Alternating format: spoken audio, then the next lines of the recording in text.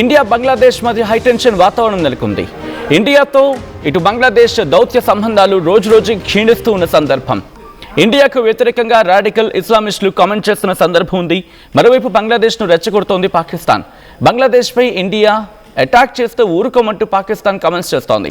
బంగ్లాదేశ్పై దాడి జరిగితే పాకిస్తాన్ సైన్యం రంగంలోకి దిగుతుంది అంటూ కూడా కామెంట్ చేస్తోంది. మా మిసైల్స్ ఇండియాకు పెద్ద దూరంలో లేవంటోంది పాకిస్తాన్. అఖండ భారత సిద్ధాంతాన్ని అంగీకరించే ప్రసక్తే లేదంటోంది పాకిస్తాన్.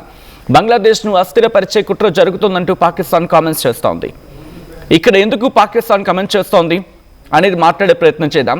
ఎవడు కమెంట్ చేస్తున్నాడు అనేది కూడా మాట్లాడే ప్రయత్నం చేద్దాం.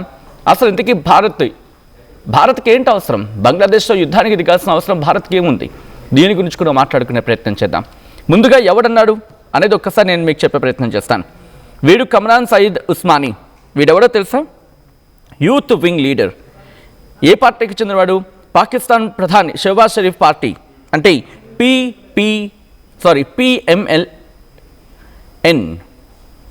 ఒక విధంగా చెప్పాలంటే పాకిస్తాన్ ముస్లిం లీగ్ నవాజ్ షరీఫ్ పార్టీకి చెందిన వ్యక్తి.